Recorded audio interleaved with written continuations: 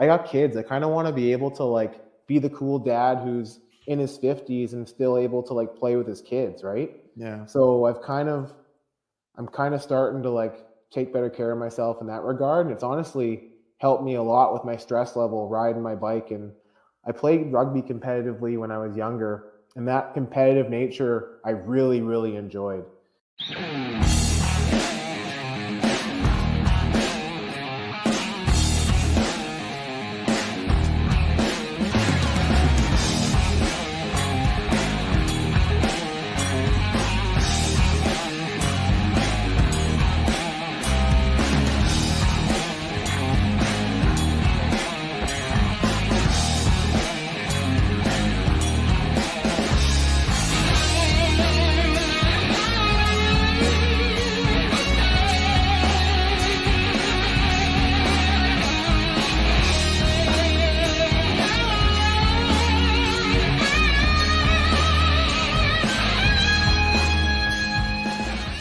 Hey, hola, what's up, everybody? Welcome back to the Reliable HVACR podcast.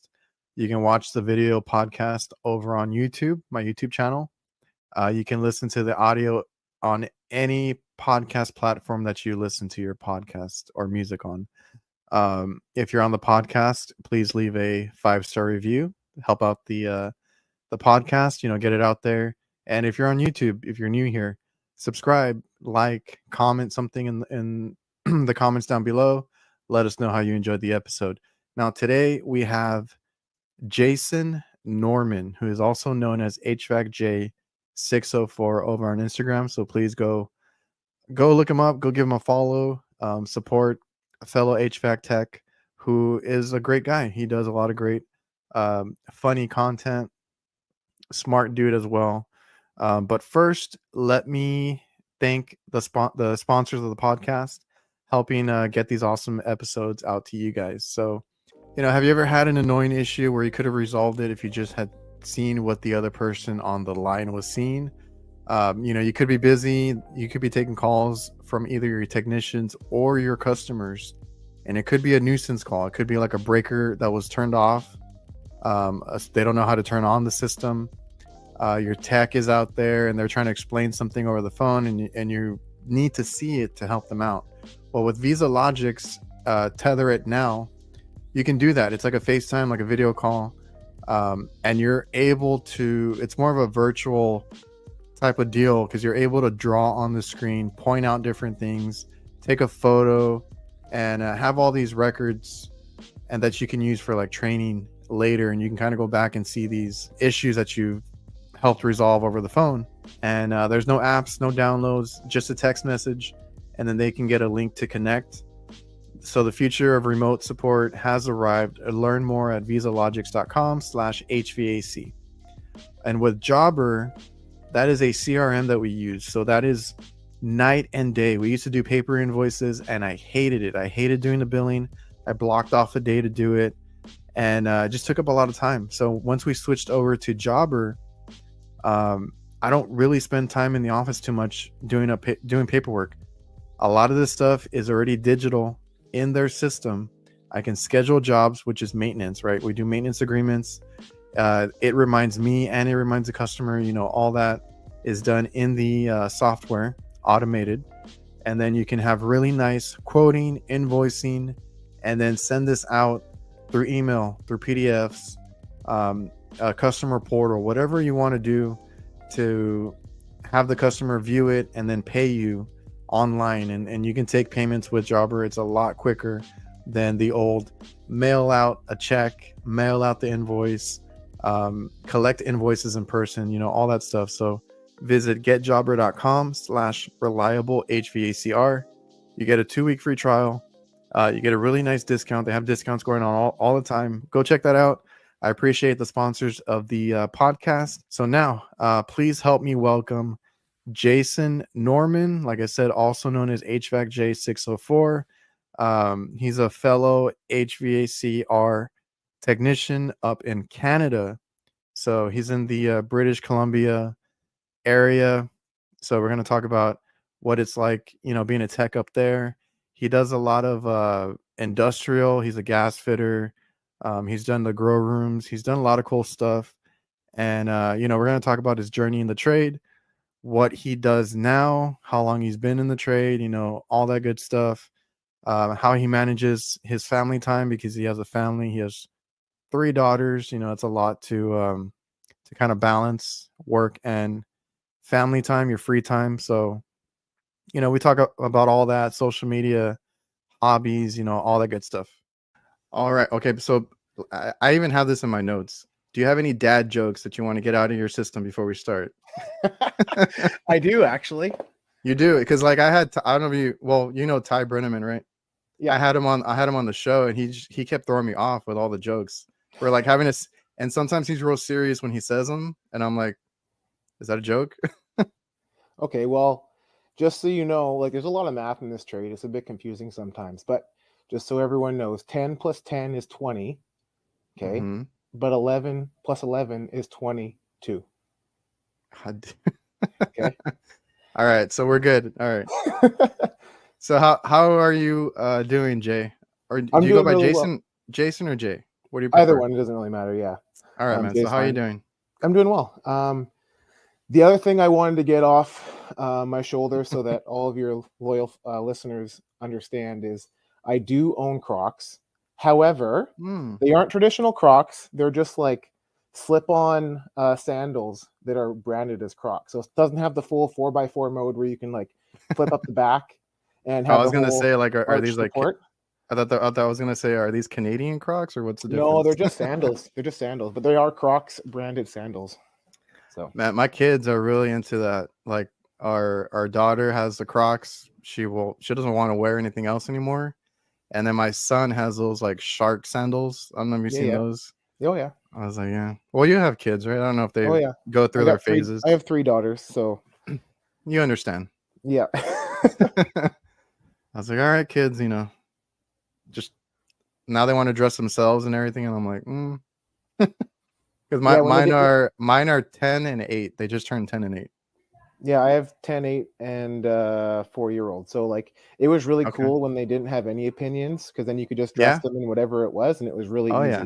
But now that they like have opinions on what they want to wear, sometimes it can take a little bit of time to get organized, right? Yeah, my son doesn't care too much. Like he does have opinions, but like the daughter, it's like I don't like that, I don't like this, and it's a deal sometimes. So how's work, man? You're obviously from Canada. Yes. What part of Canada are you from? I'm from the West Coast, so I'm from British Columbia. So I live in like the Vancouver area. I'm just north of Seattle for all my American friends out there. And I'm a basketball fan. The Vancouver Grizzlies used to be a thing. That's right, they did. I had the pleasure of actually going to a couple games back when they were. Oh, really? Yeah. Oh, yeah. Yeah. Back when they were still up there? When they were the Vancouver Grizzlies, yeah. That's, I don't know, that's 20 years ago now, probably it or more, I guess. Eh? That's crazy because, like, I mean, we're older. It's no secret. And I grew up, like I said, an NBA fan. I watch a lot of basketball, and like I've seen, like Seattle used to have a team too, and now they don't. It's crazy. Like, and that kind of like dates you, and it's like, oh, yeah. I remember that. I remember this. I remember that. So, how's the weather? I see you're wearing like a little jacket there. Well, I'm hidden downstairs, so it's a bit chillier in the basement. But today was nice. It was sunny. It's foggy though, so usually get a lot of rain out here. We don't get a lot of snow. But we did have a little bit of like slushy snow the other day, but it like was gone within 12 hours, 24 hours type thing. But that's kind of like what happens with us when it gets like that cold. Like it doesn't get that cold in Texas, but every now and then there's that freezing temperature. It's like once like every 5 to 10 years we might get snow, but it ends up melting, by the end of the day. Yeah, we've been fortunate. We've had snow. Like I'm a kid at heart. Like I love having like snow around Christmas time. It's so cool. So like in recent memory of like being a father, like we've had snow around Christmas, not necessarily a white Christmas, but snow around during Christmas time, like probably more times than not, to be honest. It doesn't look good for this year though, but it's like probably going to be like, I don't know, 10 degrees and raining, or I guess 50 degrees and raining. Yeah, it's like I think our kids have seen it once in their lifetime when they were like little. Yeah. And like I said, it's once every maybe 10 years that it actually snows here. And but if not, we get that like you said, that slushy rain, you know, where it gets like cold enough to actually kind of freeze over like As all a the windows and stuff. as a kid, I would like there was a couple like man-made ponds for like water mitigation, and they would freeze over in the wintertime, and my parents would take my brother and I ice skating on there all the time. But as like an adult, I don't remember any time where those ponds have frozen over. You've had like farmers' Mm. fields where there's just a few inches of water, and those are frozen over, and people have gone skating on that. But like, Mm. it doesn't get as cold as it used to be for as long. Like, I mean, it'll get to minus 15 Celsius here in the wintertime sometimes for short periods of time, and then everyone loses their minds because like it's I don't know, people just aren't prepared for it, right? Lots of water leaks and frozen pipes Oh yeah, I was gonna and say that, low that refrigerant charges and stuff like that, right? yeah, that happens to us. So like you're like I didn't know well, I didn't realize that Canada has different regions like that where it's like the weather can be different. I just thought it Yeah, was all cold and snowy, but yeah. Texas has that issue too. Like we don't know what cold is. Like right now, I think today the low was like 43, but then that's only for today. Tomorrow it's going to be 75, and it's probably going to be like a low of 60 or something. Yeah, see, I'm not a So big fan of the heat either. Like the first time I went out to the East Coast was like a long time ago, but like the humidity and the temperature where it's like I'm used to it being like, in the 90s, but not like, the mid 90s, and also um a humidex like problem too, where just like you walk outside and it feels like a warm, wet salmon just like hits you across the face. It's just instant sweating and gross and not fun. yeah, man, that's the thing we deal with too is the high humidity. So it feels real nasty a lot.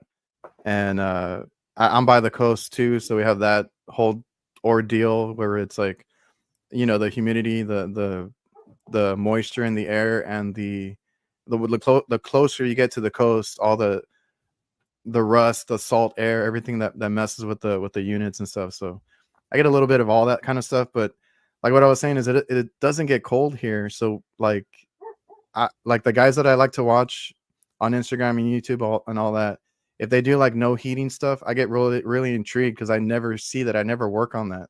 Oh, Around cool. here, when it gets into the 50s and 40s, we just turn off our AC and open up the windows because then it's like free air conditioning. So So we like don't run heating. I'm a refrigeration mechanic, HVAC mechanic, Red Seal, but like I'm also an industrial gas fitter as well. So like I have Mhm. unlimited BTUs of what I can like fire for gas appliances. So like it's not uncommon. Like I work on smaller stuff, I want to say, like maybe like less than 10 million BTUs is pretty common for like a commercial building for um heating systems, but more and more now as the larger boilers that were originally installed in these older buildings are being cut out for high efficiency boilers, you're just seeing like modular boilers be installed in place. So it's like a bunch of 750 or million BTU systems. But like I have lots of processes that I run higher boilers for like making steam and making oil to like heat furnaces, or sorry, heat ovens to make like bread and stuff like that. Yeah, man, and we had like around here we have more electric heat, so that's what I do see when I do work on stuff. I used to work on gas, back in the day when a restaurant had like what do you call it, like a one of those rooms where that like a party room, like Okay. those little banquet hall, or I don't know what you call them, but the restaurant has like an area that they seclude for parties and different things. I'm just it's on the tip of my tongue. I just can't remember, but for those, they really are worried about like the cooling and the heating. They have to make sure everything's working because like the party, that's a lot of money for them. Yeah. And so that's the last time that I worked on gas is when we had those bigger restaurants. And now I just see a lot of electric. That's a big thing here is everything's electric heat. Definitely easier to work on electric heat than it I is know like it's like big gas fired it's stuff. like But stupid simple. You just go there and it's like, oh, yeah, okay, it's one of like a couple of things. yeah, contactor and some safeties, and away you go, right? You Yeah. don't need to worry about carbon monoxide setting combustion. None of that. And the thing is, like, I go behind companies sometimes, right? And sometimes I'll pick up a new customer, whatever it is, and they're like, man, our heating doesn't work, but we just got this new unit like not too long ago. It's happened more than once, a handful of times that I go up there and we start disassembling the panels I'm like, where are the heaters? Like, they didn't even put the elements in. I'm like, I have to go back down there and tell them, well, you don't have any heating. That's the problem. So we can quote you, we can get you some heaters and put them in. It's not the end of the world, but like whoever installed it just didn't feel like doing it, I guess. Yeah, it becomes a problem if they don't have the electrical infrastructure already in place. If it's just a simple matter of they forgot to order heaters in the new unit, that's not a big deal. But if you have to pull new Yeah. conductors and breakers and find ampacity in a panel to run electric heaters, that can be a bit of a problem. Yeah. So I guess, they just never, or they don't want to deal with it. Yeah. Right now, we've had to quote some systems. Well, not right now, but maybe like within the past year or so, where like they're like, yeah, we have the unit in stock. We'll get you squared away. We're buying it for our customer, and then it's like, but the heating kit is not in stock. You got to wait for that, and then we got to like deal with that ordeal. I don't know if it's still bad or not. We haven't done a change out in a while, but Hmm. parts, like getting parts is a thing now too. Like waiting on parts. For all my, I have a lot of commercial customers. That's like basically what we do. But like for all my commercial customers that like have clean labs or like basically any sort of process cooling or dehumidification system where you can't shut down the process, they might only allow you to like shut it off once a year or twice a year to go in there and do general maintenance. But like for them to be down is like not really an option. So we've always like kind of trained them to like, hey, you guys need to have a parts cabinet with some spare parts on site. Here's like some, not, you don't necessarily need to stock multi-thousand-dollar control boards, but like, some basic sensors, stuff like that. And then training them that like this is what you should keep on site, and then you look like a hero because you show up, you have the parts there, and you can put the OEM parts back in and get them up and running right away when they have an issue. It's honestly so less stressful for us and for them to like have a little bit of a piggy bank at different customers, whether it's in the unit or like in their maintenance shop, to have some spare parts. Yeah, because like that, and that's another big thing that I do just as like truck stock, and I get after my guys all the time. I'm like, you guys see this equipment every day. You know what you need. I Yeah. hate when they have to go out for like a solenoid valve, a contactor, anything like that. Like my truck, I just bought like a bunch of Milwaukee drawers and stuff, and I filled those with capacitors, contactors, everything I need. And you're right, like it's the whole like being a hero thing. It's like they get surprised a lot of the times that like I've noticed. I'm like, yeah, let me just run out to the truck real quick. I'll grab it. I'll get it going in no time. And they're like, you actually have it? Like the other company would always take, their sweet Yeah. time, looking for the part for it. They'd be gone for a couple hours or or they come back another day or something. So yeah, truck stock is a big thing for me, and I get really upset when I'm working with somebody and it's like, oh, I got to go get the part. I'm like, dude, like you should have had it. Yeah, I don't stock a lot of motors or anything like that. It's mostly just like contactors, relays, Yeah, fuses, electrical stuff, just something to like be able to bypass something or change something out. But like working in like, I live in like a pretty populated area, so like I have like several different refrigeration, HVAC wholesalers, electrical motor wholesalers, electrical suppliers, plumbing suppliers. So like if I go up to a roof and it's a critical unit and like there's a condenser fan down and the system's off on high pressure, like I'll just phone up a supply house and say, put this on a hot rush courier right now and send it to me. Here's my address. Here's my contact information. And then it'll be like, it might be $100 to have them like hot yeah, rush a fan to me. But in the meantime, I'm disassembling the old fan, pulling it out of the unit, getting it all cleaned up. So by the time the fan gets to me, it's like I had it in my truck. You know what I mean? And then you yeah, slap it in there and away you go. There's a cost associated to have it like hot rushed out to you, but I mean, it's certainly a lot cheaper than having like an apprentice or another journeyman drive it out to you, or even me, drive 40 minutes one way, have a hmm coffee, chat with somebody there, 40 minutes back, right? yeah. You're gone for a couple hours. Yeah, right. um, yeah, I was gonna say, or I'll just send the helper to go get it. But yeah, sometimes you're by yourself, and it's just more cost effective to have it delivered to you. I do like that a lot of supply houses do that now. I've talked to Gil about the whole Blue On thing. I haven't tried it yet, but apparently they deliver your parts too. So Hmm. that's just super helpful when you're trying to get that up and running. And the whole cost thing, I know some people worry about it. I would think it's more for residential where they're going to be nitpicking at the invoice, but I do commercial as well. And it's like, they want it fixed now or they want Yeah. it fixed yesterday.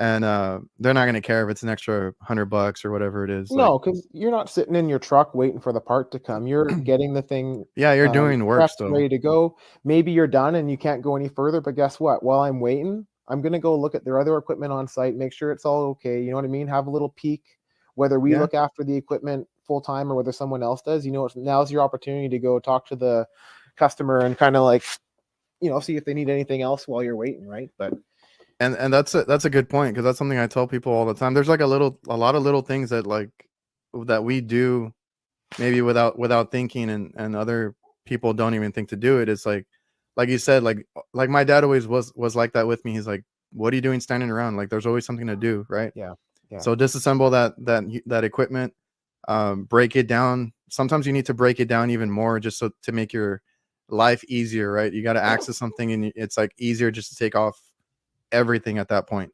Oh, for sure. Uh, and then, like you said, just walk around. Like, I've gotten so much work just from walking around. It's like that compressor doesn't sound right. You know, you look and it's like the condenser's plugged up. Something's humming, something's not, or taking too long to drop temp. Just walking around and just even talking to the managers, the cooks, like, because I do restaurants mostly, but whoever handles the equipment, like, how's the equipment doing? You have any issues? And the people that actually run the equipment are going to tell you, like, or they're going to be the ones that complain, like, Yeah. first, like, oh, it's doing this, this and that, and then their solution is always like, just tell them to get us a new unit and this and that. And I'm like, well, let me take a look at it. That's what I do. I try to like tell my apprentices and like instill it in them that like this trade is a big game of tag, and it's tag you're it. So like whether you worked on unit A or not, you were there maybe working on a different unit, but if unit A has a problem and you just fixed unit B, guess what? It was you that did it and your guy was just here. And whether you were there Man, 6 days ago or 6 months ago, it's like, hey, your guy was just here, right? That's always the comment. Your guy was just yep. here and he was up there. So like whether you looked at it or not, just take the onus to like walk the roof. The amount of times I've maybe found a panel that had loose screws and it was just sitting on the ground, or Oh a yeah. disconnect off, or a gas valve off, or maybe someone left a tool behind for you, right? Like have a little walk around the roof and the things that you can find, like you said, to like drum up more business or like talk to the customer, like whether the customer wants you to look at that piece of equipment and diagnose why it sounds horrible or what's going on. I might just have a look at it anyway and just write them Yeah. up a quote, right? And then if they are like, oh yeah, your guy was just here, now there's something noisy, yeah, we know, we already sent you the quote, would you like to approve it, or would you like to like have someone come by again, right? Yeah, man. Like I and we just switched to digital, because I used to have to deal with paper invoices, a couple years ago. But like, even whether I did the paper ones, I would always run out of room, trying to write it Yeah, out. And now it's so much better just typing it out. But I always write like as much detail as I can in my notes, right? It's like, what did I do to whatever I was looking at? And then it's like, well, you might want to think about this other repair that it might yeah, need, or the equipment next to it didn't look right, or I noticed something on my way out. I write all that in my notes, and then, like you said, I've heard that so many times. It's like, you guys were just here, oh or yeah, you were just working on this one, and then like something happened and it's not working anymore. It's doing this now, and it's like, well, if you write it out in your notes, if you talk or spend a few minutes when you get there to talk to them, and a few minutes when you leave, you're covered, right? They yeah. have that conversation with you. You tell them what you found, what you recommend. You write it in your notes, and you cover yourself, because. And I mean, I can't speak for residential. I can only speak for commercial, but they will try to blame you for a lot of stuff. It's Um, tag you're it, right? You were here last, so it has to it's be, like, you were it just had to here. have been Yeah, Adrian. Adrian was just here, and he did a great job on one of the units, but now something else is funky, right? I know. And I always have to tell them, like, I didn't even touch that unit. I was like, what are you talking about? Um, and the other thing is, like, well, the other one is like, we can't really do anything about, but like having everything in writing, and then being able to go back and look at the dates is a big thing for me now too, Yeah, because every now and then I get somebody, and it just happened to me the other week. I can't remember what the call was for, but they were like, oh, because they told my dad, they called him, and they were like, your son Adrian was just here, he just fixed it. And I was thinking about it, because I'm pretty good at remembering what I worked on, like, at least for like the month, or the previous month. And I can remember far back, you know, not perfect, but I can remember most of it. And I'm like, I'm pretty sure that was like a year to a year and a half ago. Yeah. I was like, that's not under warranty. And sure enough, I looked up the invoice. I'm like, yeah, it's been a year and a half. You might want to tell them that they want to, because they have to do request Mhm. work and all that. I'm like, you might want to tell them to put in a request, and then I'll go out because I wasn't there, you know. So one of my little hacks, like I've been on social media for like a couple of years and I take pictures and videos maybe specifically for that. But before I ever posted on social media, I always had location services turned on my phone. So like you take a picture or video of something and then it like geocaches it on your phone. So like I've been at my same employer for over 16 years now. So I have apprentices or other journeymen who are phoning me and saying, "Hey, where's the access to this area or what unit is it that's supposed to be looking at it?" I can like go into my maps, type in the address, boom, there's like 300 pictures in that location. I can like, it's a lot easier Yeah. to cipher through 300 pictures over the last 17 years than it is to be like, hey, what day was I there 10 years ago, right? It's not going to happen. Yeah, I mean, obviously, the longer you do this, the more you're gonna like the more work you've done, and it's harder to remember. Like I said, I can remember a few months ago, maybe, or a year ago, but that's about it. And that's a good point. That's something that I started doing. I didn't do it for like the first, I don't know, 5, 6 years that I had that I started doing this, but like the second half of my career, I was like, you know what? Because like I don't know, I was always like a person that liked my privacy. I just always turned everything off on my phones and stuff. Yeah. And I was like, this could be very helpful. I take a crap load of pictures every day at work anyway, right? Yeah. Data tags, the conditions of the coils and stuff like that to show my customers before I even did YouTube or anything. And I was like, you know what? I should start turning on that location service because, like you said, you can go and I can just go on the map and then kind of blow it up and go to the different locations and then I can find all the stuff that I had. And more times than not, I'm gonna have pictures of like stuff that I recommended them, right? It's like this Yep. coil is beat up, it's trash. And I can tell them I told you at this time, here's a picture, I took it, I probably sent it to you, emailed it to you. It's so much easier, and that's a good tip too. Is I know there's apps that do it now. I think Company Cam is one of them, but Yep. like your phone has that built in. Just turn it on because you're gonna be taking pictures. Trust me, like every day at work. Like even if you don't do social media, you're gonna take pictures, And and it's a good thing to do. sometimes you got pictures of your kids that get in the way when you're trying to find data plates there, right? Like what refrigerant was in that unit? Was it 22 or 407C? I can't remember, right? Yeah, man, and like it's just a good thing to do because you're gonna take pictures. Like I said, even if you do or don't do social media, data tags, the conditions of the unit, um, whatever it is, and even doing social media and YouTube has kind of helped me sometimes because then I can like I'm like I did a video on that unit. Let me go back and I zoom in and like try to see what I was working on. So the only thing I can say is take pictures, leave the location service on. There's a tech tip for you. I have guys that'll call me up, and I have pretty intimate knowledge of all of our customers because I've had some of the customers I've had for my entire career at my one employer that I've looked after for 17 years, right? So you're only as good as the information you get. So like when someone phones you and say, "Hey, I'm working on this unit off the roof ladder to the left and it's doing something funky," and then you're like, "Okay, well, the disconnects over here and then that's it." But maybe it's a different unit and it's got some other equipment that needs to be locked out in a different order. So like for them even to send a picture of it, or I'll send them a picture, "Is it this unit?" And they're like, "How do you have that picture?" I'm like, "Well, I took this picture 8 years ago. Yeah. But like, is this the unit?" Right? Like the fact that I can like FaceTime an apprentice or have them like text me in the field live a unit just to make sure we're on the 100% same page. Because like one of the biggest struggles that I have is like when I'm looking at a piece of equipment, and I'm sure you're the same, you kind of like, I don't know, you kind of go into like matrix mode where you see wiring a certain way, right? You see the mechanical a certain way, and it all stands out in your brain just because you've been doing it for a decade or 2 decades, right? But Hmm.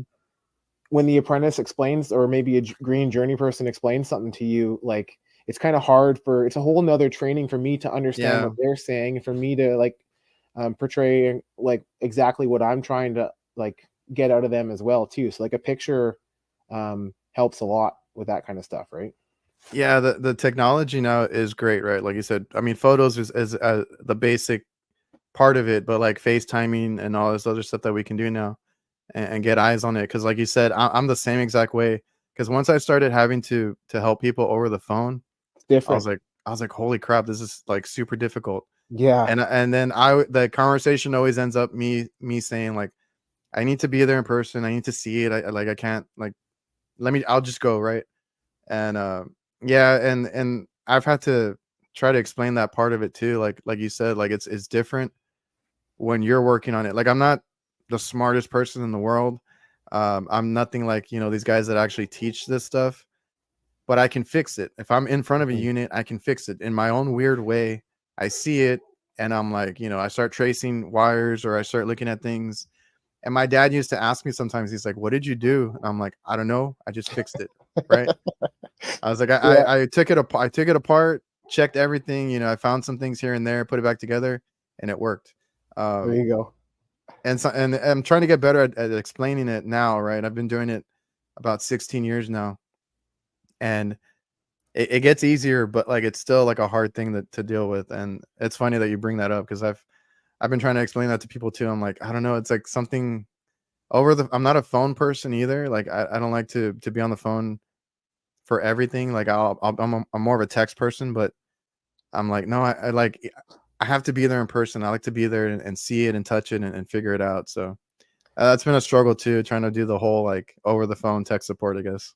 Yeah, I honestly love it. Like when I see my phone ring and it's like one of my guys calling me, I know they have a problem, and right. So honestly though, it's enjoyable because it's a new challenge, right? Like just sitting there and slaying equipment, whether you're doing the maintenance, whether I'm in the office or whether I'm like um repairing a piece of equipment, like being able to like support the guys and help them achieve their goals to figure out what's wrong with this unit or solve a problem is like super rewarding. I had no idea it was going to be so rewarding when you can sit there and you're like over the phone solve a problem. Maybe it was something really really simple and they just couldn't see it and they're like, "Wow, you're so smart." And I'm like, "Well, not really."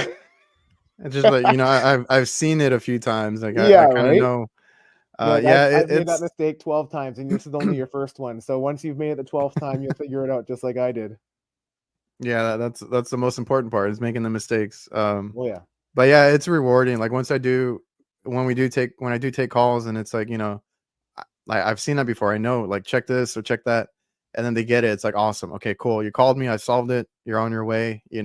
I don't have to go out there and do it for them. Mhm. That's an awesome part of the job too. Okay, so we're like almost like halfway through the episode. I didn't even get to ask you what do you do, if so we can explain to the listeners and the viewers what kind of work do you do. I think it's kind of unique. A lot of guys that I know do either just residential or light commercial, but you do a little bigger stuff, don't you? Yeah, so I am a Red Seal HVAC refrigeration mechanic, so I can work across Canada with that. And then I have an industrial, a gas ticket, good in the province that I work in because we've just changed. Canada's changing how the gas ticket works, so it's going to be harmonized across the country, like the HVAC stuff is. But I've had my gas ticket for 10 years, so Well, in the states, every state is different. Like that's what I yeah. hate. So for me, like primarily our customer base now is we used to do a lot of kitchens and residential and smaller stuff, but we've kind of evolved away from that and we're working mostly like commercial buildings, institutional type stuff like care homes, different stuff like that. So it's enjoyable, but like there's a lot to know. It's really a double-edged sword because you're kind of working on like you're also working at bakeries on these like big huge like oil burners that are basically heating Okay. up oil to like 260 degrees Celsius to like heat the bread with like radiant emitters inside these ovens. It's nuts, right? Yeah, So it it's sounds fun fancy. because it's always something different. But guess what? That means you need to have more tools in your truck. You need to have Yeah. more knowledge. You need to be able to like be comfortable reading through manuals and trying to figure out who the manufacturer's rep is if you can't find the manual um quickly on your phone. That's like a whole nother thing that no one tells you about is like how much you're going to be on your phone trying to find manuals to figure out sequence of operations because you might know how this big burner works, but it's Yeah. got a little controller on the side and it's got like maybe 4 or 5 buttons on it. You're like, how does this like $3 million boiler have like 4 buttons on this little screen, and like how do I manipulate it to know what like an A632 error is, and like to go through all the parameters, make sure it's set up correctly, right? It's a whole nother ball game. Yeah, like what you do seems a little, it's up there as far as like commercial work, but I see that too, and that's the thing too. Like when I started, obviously there wasn't like any YouTube, honestly, No, and no. like when I started like 16 years ago, so there wasn't any YouTube. Manuals were hard to find as well, but like that was the thing. Like if I got in front of a unit that I've never seen before, like, yes, I always tell people that it's the same refrigeration cycle, right? It's just safeties, and now we have to Mhm. deal with control boards and different things. Um, but like, you need to know the sequence of operation for that specific equipment, right? Ice machines, they all do the same thing, or the end result is all the same, but they all make ice in a different way, right? Yeah. You kind of have to know like if there's delays, if there's a like sometimes it does like a half cycle or something like to clean itself before it actually starts. There's different things to that. And that's true. Like you're going to be looking up manuals, and I had to deal with that a little bit as far as like, I felt kind of embarrassed. I'm like, you just have to be honest with the customer. Like, look, let me look up something really quick that's specific to this, right? I need the manual. I need to do something. Give me a few minutes. I'll look it up, or I'll call the manufacturer. There was a lot of pride issues I have to get over when I started because I went to school and I got my contractor's license fairly quick. I wanted to get all that out of the way, and then I go out there and you kind of get a little confident when you start fixing things here and there, and you're like, oh, I can do anything. Then you get in a piece of equipment you've never seen before, and it's like, oh crap, like you need to call for help or call manufacturer or tell the customer that you got to like be back because you got to Yeah. look up stuff. Like you got to get over that. That's just that happens to all of us. And like technology nowadays, I feel like is changing so much I that used to it's going to have happen more.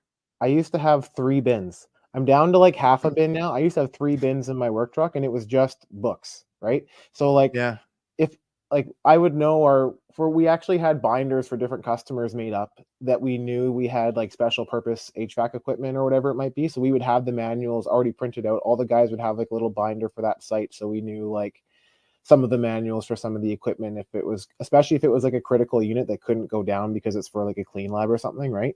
Yeah. Um, that was super helpful, but like you don't really need them anymore because you can find a lot of it online, or we'll leave manuals if they're not printed out like with the equipment if we can. Some manufacturers are better than others, as you know, but like Yeah. um, I started in the trade and we had like mic phones, and mic phones were like the coolest thing ever because you could like phone, or you could like basically like a walkie-talkie somebody to Yeah. ask for help. But like just before I came in, like talking to the old timers that like were working in the trade, they would have like they go get the paper invoices for the week, and then they get a roll of quarters, and they all had like CB radios in their trucks, right? Can you imagine Oh going yeah. up to a roof and like be like, I have no idea what's going on this. Like, there's no power anywhere. I can't figure it out. And going back to your truck and then hopping on the CB radio and just praying that somebody is like in their truck to answer. And then, maybe I'm calling out for help, and then Adrian answers, and Adrian's like, what do you need? Okay, go check voltage here, here, here, and then come back. Yeah. So I'll go up on the roof, check those voltages that Adrian asked me to check on, come back down. But now Adrian's not in his truck anymore. And now somebody else is. And they're like, well, did you check this? I'm like, no, I don't understand how anybody. I mean, I guess there's a lot of relays and contactors then. There wasn't as many like control boards with all the Yeah. It's more magic, mechanical back right? then. So it was more Yeah. mechanical controls. But like, yeah, I'm glad I missed that part of it, right? I actually know somebody who still uses those radios, but I think he uses it as like a dispatching thing in his vehicles for his company. But yeah, like even just phone calls back then, it was like you're playing phone tag with people, Yeah. right?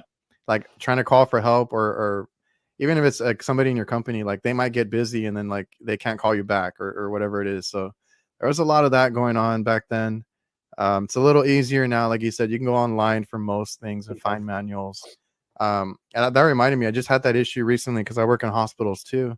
Uh, Mostly just in the kitchens. We try to stay in kitchen kind of work, but they had just bought a lot of new equipment, a lot of new reach-in coolers, and like I had never seen one of these before. It was a brand, I think it's called Dynex. I had Okay. never seen them before, and the ones that they replaced were different. Like the evaporator was in a different location, but it's basically a stand-up reach-in cooler that they put a bunch of trays in, and it's like where they store like the jellos, the drinks, and everything, because they're making the little plates for like the patients. So like that's where they get everything out of. Yep. So they have like a few of these stations there, and one of them wasn't working, and I didn't know what it was, and I kind of misread the label a little bit because it was a cooler slash freezer, right? I saw a solenoid in there, and I was thinking that the solenoid was bad or something, because I was like, "Where's my refrigerant?" Right? And I called. They were not the most helpful. That was one of the worst ones I've had. Um, he even thought that was a pump down solenoid, right? And I'm like, okay, okay, like I'm trying to figure it out, and then I was like, I think I tried explaining to him what was going on, and he was very quiet. I was like, dude, like help me out here. So I had to hang up, and then like he tried sending me a manual, which was like for the wrong model, because there was like an update to the model within the past couple of years. I was like, that's not the model I have. It's the same like model number, but it's like the updated model or something. I don't know. Mhm. And I finally took it apart, and that was a hot gas valve, a bypass valve. And I was like, dude, like you couldn't tell me that over the phone. So Ha- Have you ever worked on like an environmental chambers at all? no, I'm strictly light commercial, so like So kitchen like stuff. let's say you manufacture a part and then you want to test its life cycle at like -30 or +30 in different Oh, okay. humidities. So you put it in this box and it can be as big as it needs to be. And then it has a full mechanical on the backside. So usually to go like super cold, they can be designed to go really, really cold, like -40 or whatever it needs. And so that'll have like a cascade type system, right? So you open up the back of that and there's just solenoids everywhere. And it's just like, okay, like what's going on? Like this is driving me nuts. So the first thing I'll do, some brands like they'll already have them labeled with like arrows and like which Yeah. lines are what refrigerant and which system.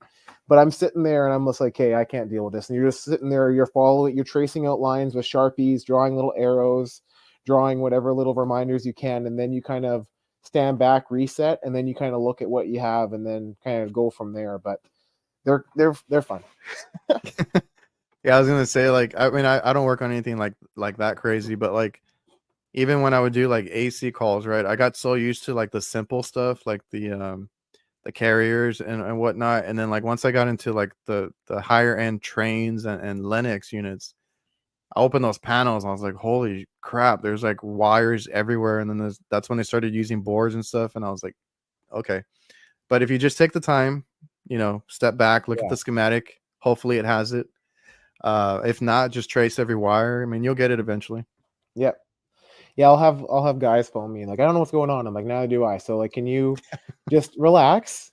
Just chill out. Like draw Sharpie on the copper line. Yeah. No one's gonna care about that. And give me your best estimate. Like I'm not gonna help someone over the phone and tell them what to do. It's not gonna happen. They're not gonna retain any of that. So like I want you to figure it out and have a look at it and then call me with your best guess. And then from there, we'll break it down, right? Because like you have to make an attempt first. I don't know. I feel like I had a really great apprenticeship. I was raised by some really smart guys, but they were not the nicest and politest and happiest to deal with. So like I knew that if I phoned them and I didn't have like a whole bunch of information written down on my notepad, because if they asked me a question I didn't know the answer, hang up. They would hang Yeah. up right then and there, done. And now you're sitting there and you're scared. You're like, I can't phone the boss back again. Like I need to figure this out, right? So you play around with it for another half hour and you come up with a new conclusion and then you phone back to like I'm not phoning back to ask questions. I'm phoning back to like confirm my diagnosis. Like, hey, this is what I'm seeing. This is what it's Hmm. doing. Here's my numbers. Does it make sense that this is happening? And then they'll be like, yeah. Or they'll be like, no. But at least you looked at it, right? And if you spend that time, you'll Yeah. likely come out ahead every time. Yeah. And even like when I used to call, like when I started, I was always afraid to call like tech support and stuff. Yeah. Like I always made sure that I had all my numbers right. I had my pressure, my temperatures, take a look at the unit, see what it's doing, if it's flashing any lights, if there's anything strange going on, make sure you have all the information for them, because they're gonna need that, and if not, they're gonna get mad real quick.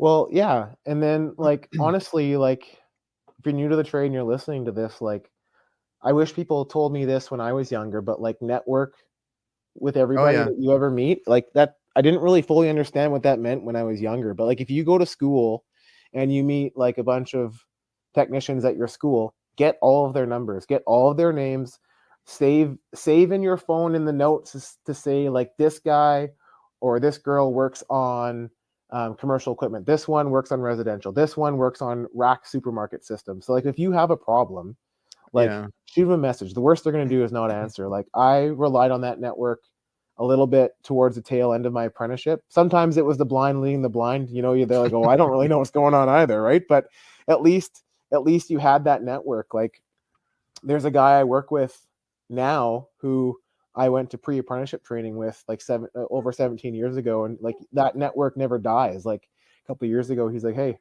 you guys hiring?" And I'm like, "Yeah, right."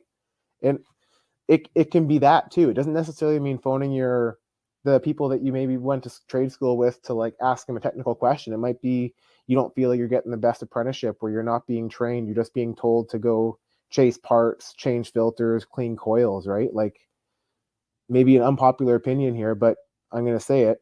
If you don't feel you're being supported by your journeyman or your employer, I mean, we're still in a market where I am, like to go and not necessarily leave in a huff, but like go explore some options, talk to your network. Oh Hey, yeah. what's your apprenticeship looking like over where you're at? Are you getting trained? Are you getting time with a journey person to go and look at something and actually be able to like have the time to look at stuff, right? We try really hard to work with our apprentices and train them properly and spend time with them. Sometimes they are just changing filters and replacing coils, but like we make an effort to find times not to do that, right? Yeah, I mean, you learn hands-on, right? You got to let them do some of the work so that they can eventually just be out there on their own. Yeah. But like you mentioned, like if you get into the trades, like people, I have kids that message me and ask me, like, is this trade worth getting into? And sometimes the age ranges, right? There'll be young kids, there'll be older gentlemen that are like trying to make a career change, and they're looking for something that's, they're gonna do well in. And I'm like, yes, because you can get into this trade, and there's so many different avenues you can take, right? Yeah. So there's different sides of the trade. There's more than just commercial or residential.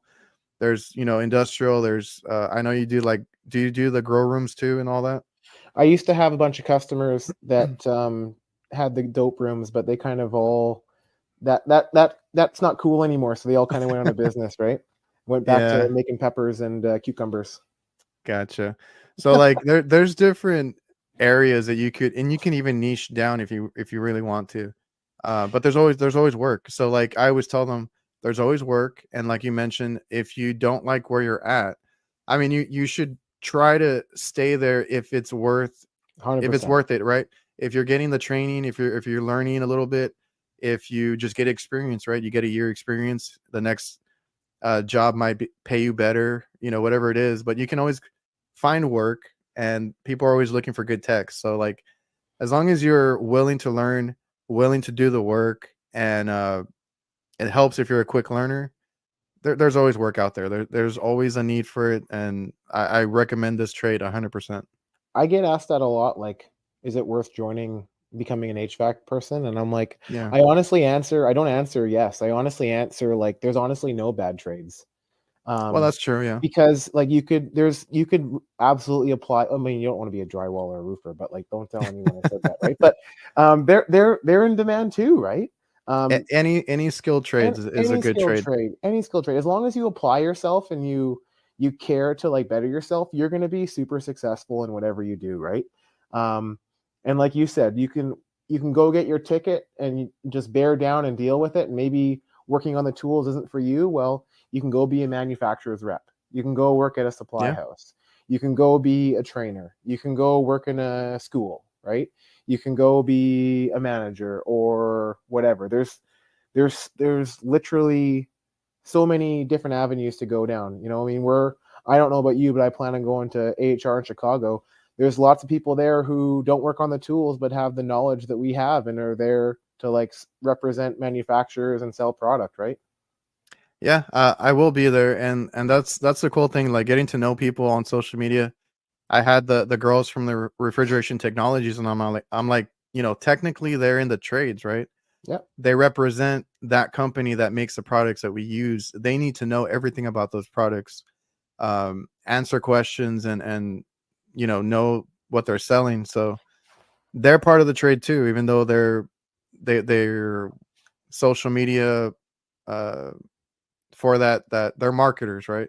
Yep. So that's what they do for that company. But you can be, like you said, you can be in the supply houses. You can be a salesman if you're really good at sales, really good at selling. There's a place for you in the trade, right? If you're really good with your hands, there's a place for you in the trade. And then there's different levels. So like that you, I know like some people come to me and they're like, I don't like residential. I don't like this or that. And I'm like, once you get your foot in the door, you can kind of go Yep. down a different path and you'll find something you like. I'm pretty sure you'll find something that you enjoy, in this trade, or like you said, any trade, because skilled trades. What happened when the whole COVID thing happened? Like the only people that were still working were the people in any of the skilled trades, because we still need buildings that go up. We still need Yep. all that stuff maintained, air conditioning, plumbing, electrical stuff, like all that stuff still needs to be done. Whereas like if you had, I don't want to put down the business degree people, but like a lot of people with different degrees struggled because they couldn't get a job at that point. Yep. So skilled So trades is where it's at. for me, when I graduated high school, a few years after that was the like 2008 financial crisis, right? And so I was a really expensive apprentice. So I was honestly super nervous about that. Like, am I going to get full time hours? Am I going to still have a job? Is this career right for me? There's honestly some times there where like you're not working 40 hours a week and we went down to like 4 days a week, and sometimes you weren't having full days for those 4 days a week. But I had friends who went the academic route, right? They're just finishing their fourth year of university, and they were ready to come out and join the workforce, and it was kind of not a great time in 2008 to jump Oh out with yeah. your degree and join the workforce because nobody was hiring for stuff Yeah. like that, right? And, It and was really see, hard. see, we started in '07 and we got Yeah, through all that. Like we boomed basically. Like we were doing really well. Of course, there's ups and downs because we run our own business. You know, that's 100%. a Yeah, that's a thing you have to deal with, but it never stays down too long. Like you just kind of pivot and work on anything that you have a weakness in. Like ours was getting more customers, worked on that, found more customers. We took on too much work at one point. There's different things that we had to learn, but like you said, that year was a struggle, just like 2020 was a struggle for some people, and we didn't feel the effects of that, like at all. We did have to. I think we waited like a week for the COVID thing, just because like we deal with restaurants and they did close for a few days to yeah, figure out that's what they were tough. gonna do. But like we had a lot of national chains, like these pizza places, these fast food chains, they weren't gonna stay closed. So even if they just did drive through, like we were there, like stuff breaks, we are there fixing stuff. So any Yeah, any skill trade is a good trade. the care homes certainly weren't closing during COVID. They were asking us to get in there and do work. I mean, I'm pretty fortunate with my employer I work at. We have like a pretty diverse portfolio of different customers to work on, whether a manufacturing sector goes down or the financial sector goes down. We have a lot of different customers that are going to fit the bill in other spots that likely are okay and still doing work, right? A lot of our customers during COVID, like you said, there was like maybe a couple weeks or a month where they were like super uncertain and didn't want to spend a single red cent. But Yeah. then, once March was over in 2020 and it was starting to hit April, May, full steam ahead. They were like, no, we can't just shut down. We got to continue working. We got to do this, do that. And then they were getting free money from the government, right? So we were happy to help them spend that and keep them running, right? Yeah, man, and we do, like I said, hospital work. So like that one was more of a budget thing. Like during that time, they didn't want to spend, but like you said, like after a month, for us it was like a week where I think we were off for like a week, right? Because we were just waiting, and then like Mhm. the whole lockdown thing, like we didn't even know if we could leave our house, whatever, all that kind of Yeah. stuff that happened. And no, they gave us like I think I had to keep something on my window that gave me permission to go out Yep.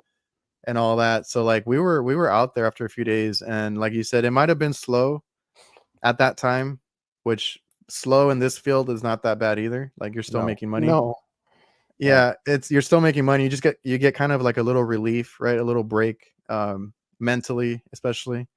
And then, like you said, it picked right back up, and then it was heading into summer like that. You just stay busy. So, Yeah, um, I had letterheads from different customers that are like stating that like we are such and such an essential business deemed oh by the yeah, government under blah blah blah blah blah, and this person is like a contractor of ours that that is needed to do us, because like we never really went into full shutdown, so we were really close. So like a lot of businesses like prepared themselves that if they we're going to get shut down, we're still going to be able to like run commercial buildings. You can't just shut down commercial no, buildings. The pumps will fail, water leaks will happen, equipment will shut down, all that stuff. You can't just shut it off. yeah, we had those same little like papers, I guess, and just Yeah. taped them to the windows, and like Yeah. I'm essential, right? Yeah. Um, but yeah, and like I remember during that time too, we were still like turning away work just because we were so busy. Yeah. And like I said, we do the hospital work, and they wanted us to do more of like the other stuff because like we only stay in the kitchen, which I honestly prefer. I like what I do and our line of work, but like we don't do the chillers or anything like that, and I'm not qualified honestly to do that. But they've tried us out before. It's just it never works out. Like doing the upstairs, right? The chemicals or the blood, like everything that has to be controlled by temperature, coolers, and all Yeah. that. Yeah. The whole morgue thing, they Yeah. wanted us to do all that.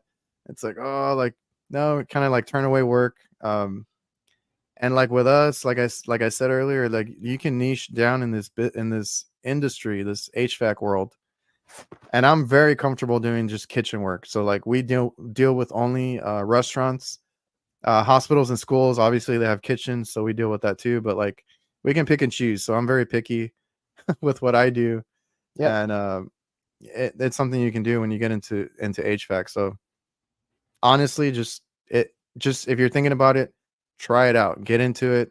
If anything, the experience helps you out. Like you said, if you're at a bad company, another company will treat you better.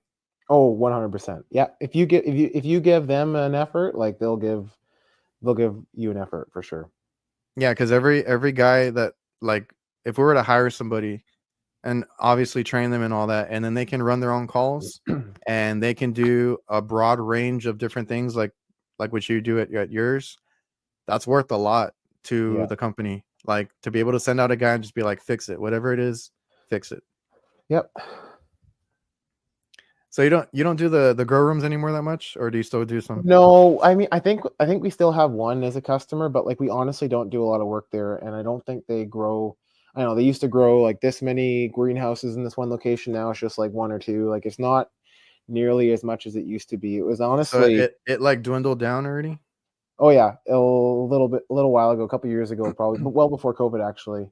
Oh, okay. A bunch of them like lost market share, and then they kind of like moved out. It was honestly like it was a super fun experience, but I don't miss going there because like you That had a was gonna park. be that was gonna be my next question. Do you miss it? Oh, you had a park in like this parking lot. They would deem this is where your contractors park, and then you got to like clear security and figure out who you are, what you're doing, and then these greenhouses, Adrian. I don't know if you know, but like one greenhouse might be a couple city blocks by a couple city blocks, and there's going to be like a center core building, and they all hub out like a star. And so, Oh, okay.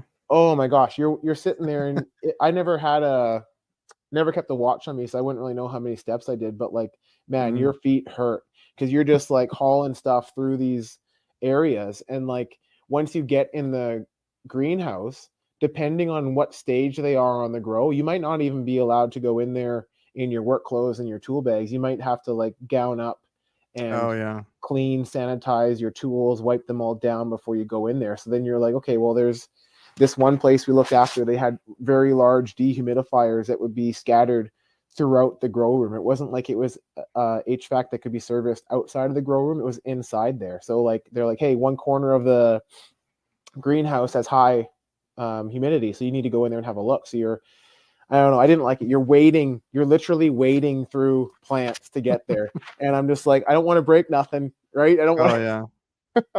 And then it doesn't matter. So I'd be wearing a gown, right? I got Mm-hmm. my work clothes on. My wallet's in a zip pocket, and then Okay. you pull out like a debit card to buy coffee on the way home. That was in a wallet in a zip pocket of a pair of pants with another, and it would stink. It would stink so bad. And So so I was that stuff just penetrates everything. Oh, everything. I was like, I think we had letterheads as well for that customer. So if we ever got pulled over and were like accused of maybe Oh. go through like a sobriety test, it's like, no, like here's my badge, right? Here's Mm-hmm. who I am. This is the customer I'm at, right? Like, yeah, you can do your sobriety test if you want, but like, there's a reason why I smell like this, right?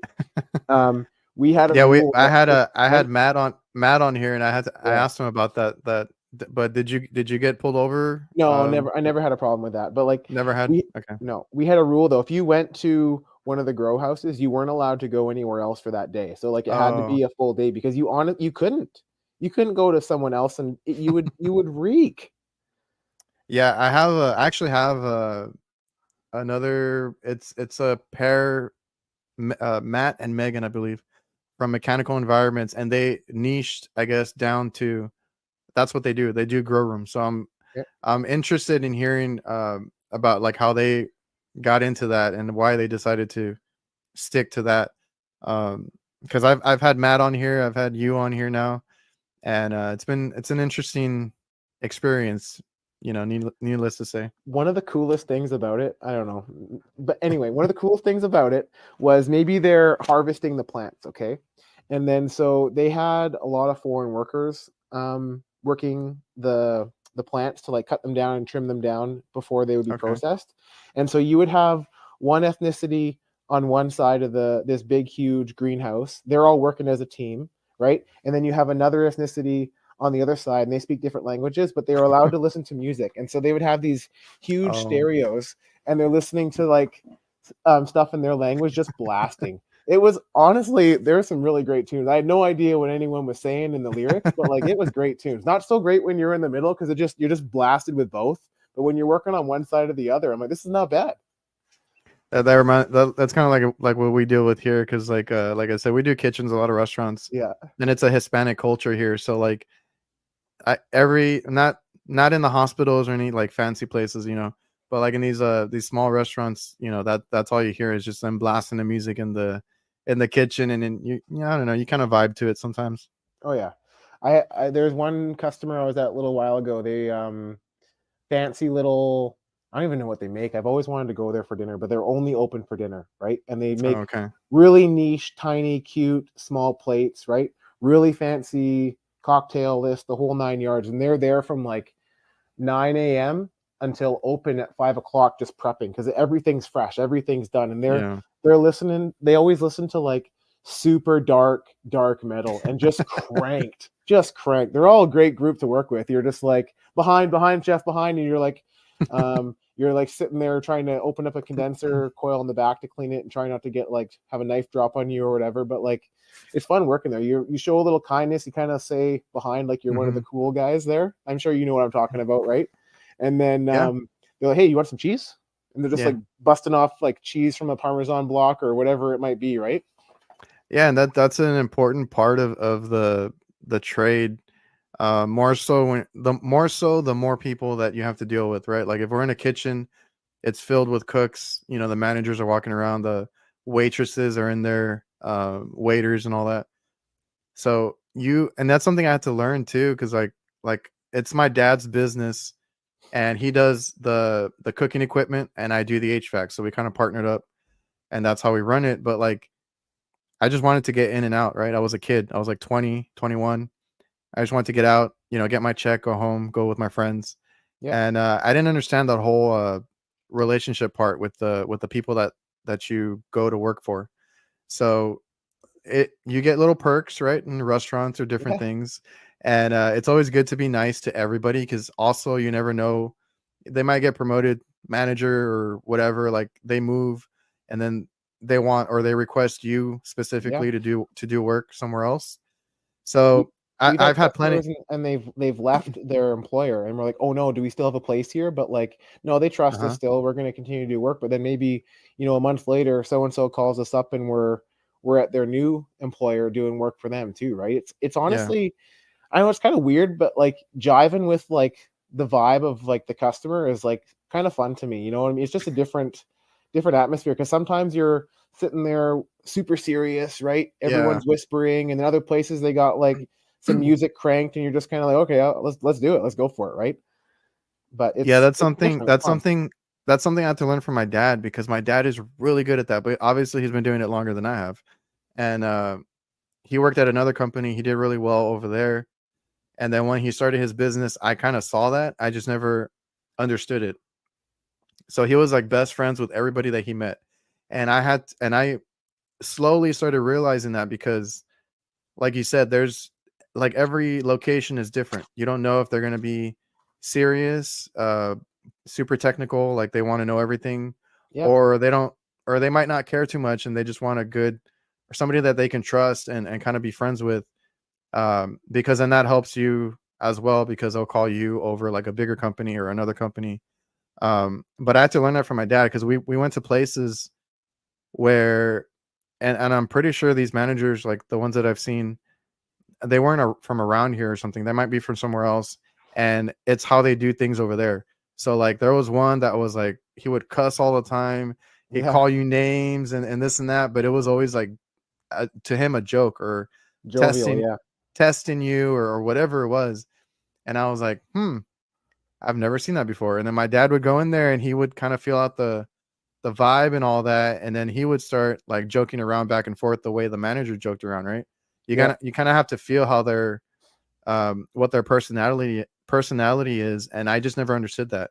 So at some Mhm. places you get that kind of vibe. Um, there's people that I never know if they're joking or not, but then you got to take the punches and deal with it. And then there's other places that are like super friendly or you know, uh, they want to know everything. And then there's some places that they're like, just fix it. You know, they kind of leave you alone. So that whole relationship part is very important. And that's a part that I don't think a lot of people understand either is in this trade. Now, I prefer commercial because there's less people. Sometimes, you know, you're on a rooftop, you're by yourself sometimes. So I get a little bit of both. I'm on the roof by myself, but then if I'm in the kitchen, I'm around people and I get to talk to them. So uh, I don't know if I would like residential. I feel like you get a whole range of people in that area, but that's just, you The know. big difference for me that I've noticed is like when I'm checking into a commercial customer, whether they're whatever their mannerism, whether I know that they want to meet me in person in their office, whether I know they want a phone call or a text message or an email, customers want to be communicated with a certain way, but like you check in, you check out. But the big thing for me that I've noticed is like it's not their money.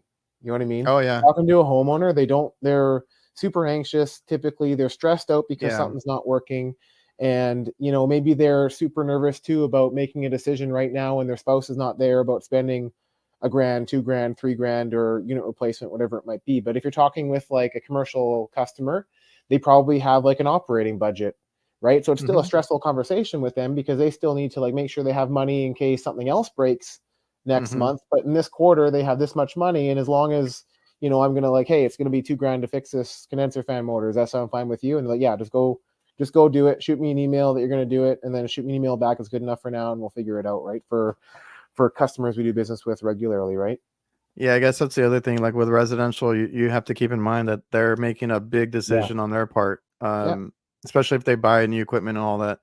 And then in commercial, and I was just thinking about that earlier today because I was recording some stuff, and then it's not their money. Now, the only thing that they might worry about is like a bonus because I have a couple Correct. of those Yes. Yes. where they're like, "Oh, can that wait?" Or can you stretch it out till next month or whatever it is? Because they, like you said, they have a budget, and I think they get like a bonus if they don't go over that budget. And Some of them do. Yeah. there's all this stuff that you have to keep in mind with that. But most of the time, they're just they just want it fixed. So just know your customer, know how to deal with them.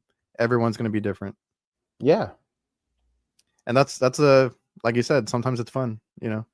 Yeah. Sometimes it's super stressful. You don't want to be there anymore, and you're clacking your little feet together, saying there's no place like home. But other times it's like super fun. Yeah. So how did you end up in HVAC? How did you get into the trades?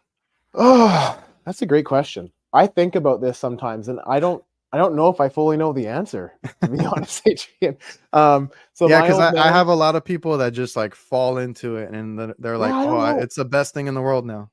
My old man was a sheet metal mechanic, so he was always like, Okay. "If you become a sheet metal mechanic, I'll kill you, right? I'll take you out." Oh, okay. Oh yeah, no, you're not. He's like, "You're not the trade for you." Oh, okay. I Um, thought you were gonna go the other way with that. nope. I I did in grade 12, I did Chem 12. I did all the things: Chem 12, Physics 12, Math 12, History 12, French 12, English 12. I'm like, I'm going to university. That's what I Okay. want to do. And by the time I was done grade 12, I was so done with writing papers and exams and essays. I'm never again. I was always like playing with Lego, building stuff outside, right? Like I really enjoyed shop class in school as well. And I was always on the mindset that like I want to be an engineer. That's what I want to be, right? And That's then what you I get a did little too.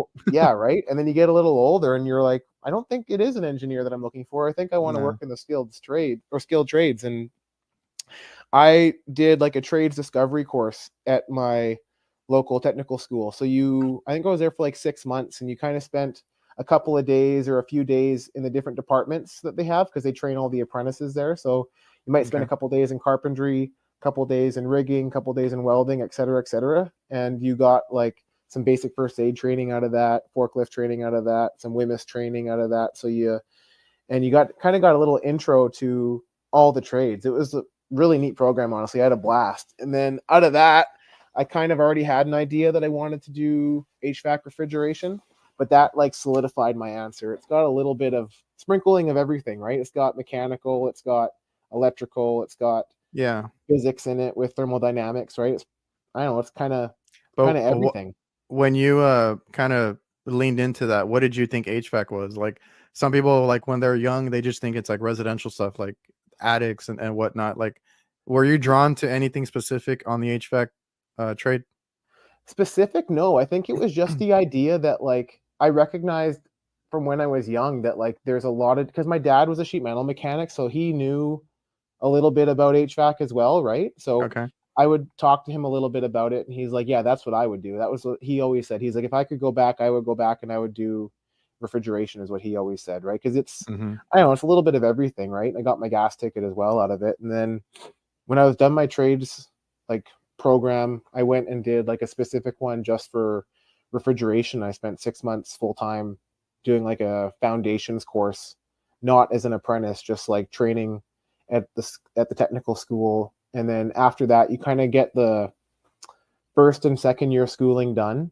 And then if you can get employed and indentured in an employer as an apprentice, for your apprenticeship training, they'll count 500 hours as like worked training hours, and they Okay. would they would count the first year of schooling as being complete, right? So Hmm. it was kind of nice as an employer. Like we've hired a couple people from the foundations course for the sole reason that like I've done the course, so I know like they had 6 months training, they Oh did yeah. this, and this in the curriculum. They know how to use a meter. They know about basic electrical safety. So you're less concerned about them hurting themselves on something. I don't expect them to know what they're talking about. I really don't, but I know that they know how to use a meter, and at least they are Yeah, not because just reaching out and grab stuff, right? like I went to school for it, but my brother went through the same course, and like you said, I already knew he's not gonna hurt himself. He's gonna be able to understand what I'm telling him to check or go do. So it it, it definitely helps. You get a different person coming out of that course because someone had to pay money to go there and take time out of working to go and invest in themselves to do it. So the hope is that like if they're investing in themselves, they're going to continue that process along as well. So like we've had great success. We've had some great apprentices um, come out of that program that we've hired, and it's been really great actually. Yeah, I actually ran into a lot of my classmates after the fact. You know, seeing them around Yeah. town at Yep. other big companies, and they're doing really well for themselves. And um, that school that I went to, I know like what they put us through and all that. So like I know like my brother went through it, and I know he knows how to check. He knew how to check things. He knew what I was talking about when I was like, what's a superheat or what's a saturated, you know, all these little things that if you take an apprentice that has never been through anything and they're trying to learn on the job, it's a little more difficult. Well, yeah, it's like what came first, the chicken or the egg, and trying to explain how to put on like a service manifold onto like a system. You're like, well, you want to put it on this side of the system first and purge through this way and then connect to Yeah. this side. But like if they don't understand that one side of the system's higher than the other or they're equal when they're off, like how do you Oh start that? yeah, I've I had to listen, deal with.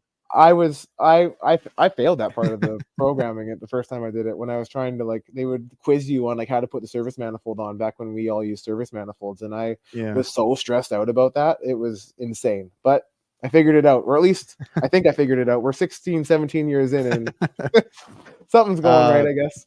Man, whenever they would have us like they would show us how to do things, and it would be something like where it was like one station and then they'd call somebody up, you do this or you do that. I hated getting called up because I would Yeah. always I'd be really good. I'd be really good when we like separated and we had our own little stations and everybody was working. But whenever I had to go up to the front and do the stupid thing in front of everybody, I had trouble. I remember vividly one time that couldn't even hook up the damn gauges. I was like Yep. there like for 5 minutes trying to thread the stupid hose on. But We had some trainers when I went through the program that were super intense and like OG were like they knew things and like started the curriculum type OG, right? And so they were very okay. intense. They come up to you and you're charging this like little tiny like walk-in box trainer that everyone works on, and then he would come up to you and he'd be like, there's no bubbles in your sight glass. Like he'd say it like under stress, and then I'd look over and other guys would be like, they wouldn't know how to react, and then you'd be like, well, it's fully charged. There's a solid column of liquid there. There shouldn't be bubbles, and it's like, good answer. I'll get you Oh next yeah. time, right? Yeah, when they test you, yeah. they Uh, would they would they would pull disconnects and they would put in um, blown fuses. So you would have been working on it in the morning, okay, and then you go for a coffee break, and while you were out of the lab, they're swapping like blown fuses in things, and then you come back and be like, "Why is my system off?"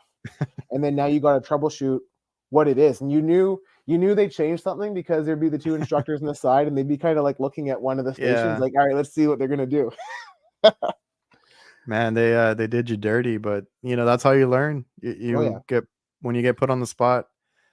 That's another thing I tell people is like you're gonna learn either from mistakes because you're not gonna forget those, yeah. like when you struggle and stuff like that, or when you actually fix something after you've been working on it for a while, right? You get that little victory afterwards. So you remember those things when it's always when you struggle, like mistakes, or when it takes you a little longer to figure it out, and then you figure it out. So There's that's the truth to it. best way to learn.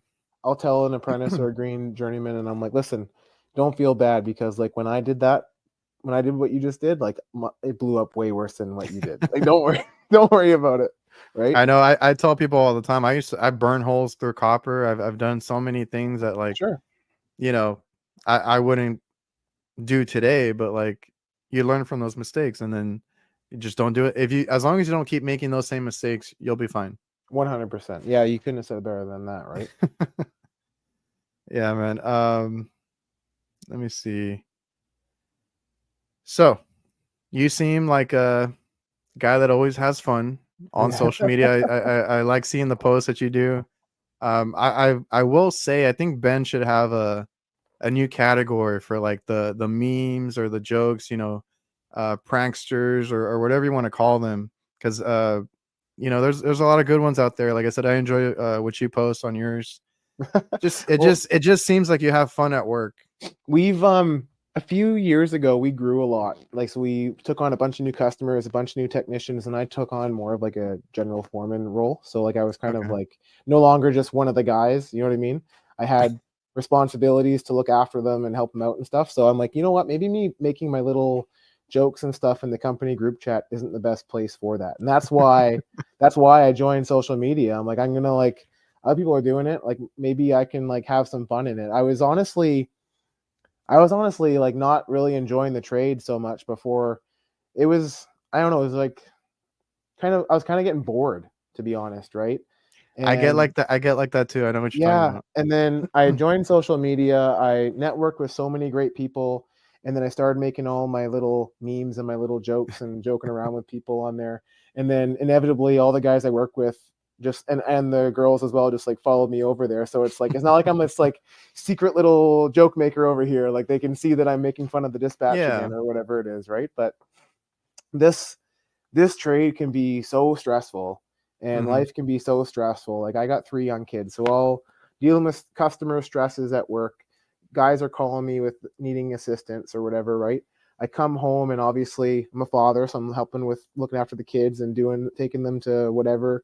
So like this was my little out that I kind of niched in because I used to play rugby competitively.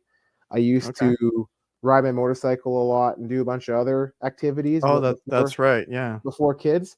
But then when you have kids, their activities become your activities, right? So like I put the kids to bed and I kind of like started playing on my phone a little bit and kind of venturing into that world. Yeah, and it's all about like at work or whatever it is, like lightening the mood, Yeah, making big it time. making it fun for you because like you said, it's a lot of stress, a lot of like fix things now. I needed this or that. And you got to stay positive, and that's a good way to go about it. Just have fun at work. Yeah. No, like I try to like it helps. I don't know. It helps me anyway. And the guys I work with sometimes they joke. They're like, "I'm not sure if you're being serious or not when you're asking me to do this thing, right?" I'm like, "No, no. Like that's how you need to do this task. Like that's unfortunately the way it is. Let's not talk about it anymore and just get it done, right?" But they kind of like to joke around. I don't know. I try not to have my phone out too often for like goofy stuff. It's mostly out just to, film a repair or Yeah, picture of data plates or like before and after stuff just to show the customer. Um, yeah, it's a good but one like too. sometimes I might be like, doing the Steve Irwin where you're just making a funny voice while you're trying to record something, and then the guys will see me doing it and they'll kind of give me a hard time or jump in and ruin the shot. I'm like, I'm just going to post that in my stories anyway, just so you know. So don't worry about that. Yeah, and it's a great, like that's great for you at work, but it's also a great community on social media, specifically Yeah. like Instagram. And I kind of fell into it too. Like I just started making memes also and having fun with it because and people appreciate that because it like work can be stressful and all that, and it's like sometimes you take work home with you, which is not a good thing either. But you gotta lighten up. You gotta laugh at yourself too, and laugh at the stuff that you do. Like I always tell people not to take it too hard when you can't figure out something, when you can't fix something right away. It takes you a little bit longer. Like I Yep. said, I beat myself up because I would burn a hole through a copper when it could have been like a much simpler repair, and I turned it into an all day thing just because I kept screwing up. You're gonna have those days. So like lighten up, have fun with it. If you guys are on Instagram, make sure you follow Jay over here for the cool memes and stuff. And you're gonna find a lot of people out there that are similar. They have that sense of humor. They joke around. It's much better than what it was a few years ago. I feel like not everybody is like trying to bring everybody down. It's all Hmm. positive, joking around. A really good community, and I'm glad that it's here. Like you brought up Chicago earlier. I'm looking forward to that. It's like a little break Big that we time. all get to meet everybody in person, get to hang out, have fun. And Ben is doing his thing with the award show, and it's awesome. Yeah, I'll be there as well. When I don't know, I like join social media and I'm like, what am I on social media, right? Like, and then I feel like I'm kind of a technical person sometimes, but then I'm like, you know what? The market is saturated with technical people. There's people who know way more than I do and are way more put together with how they display what they're talking about, right? So I'm like, yeah, that's not me. I'm just gonna kind of make my goofy stuff and see where that goes, right? Like that's kind of been my little fun niche for sure. Yeah, just be you, right? Just be you, Yeah. Jason. Um, and I tell people that too because I've had people that tell me or that ask me about social media, right? Like a lot of people are there and they watch all the big accounts, right? And I had that problem too where I would watch like Chris Stevens or Gary, all these big names that are doing like technical stuff or teaching stuff. Hmm. HVAC school, Ty Brenneman, there's a bunch of them. And I started my YouTube kind of to show like the crazy things that I would see at work, because I see a lot of hacks and different things. And then I was like, I caught myself trying to be like them, and I shouldn't be doing that. You got to be yourself. You got to, relax when you Yeah. get on social media.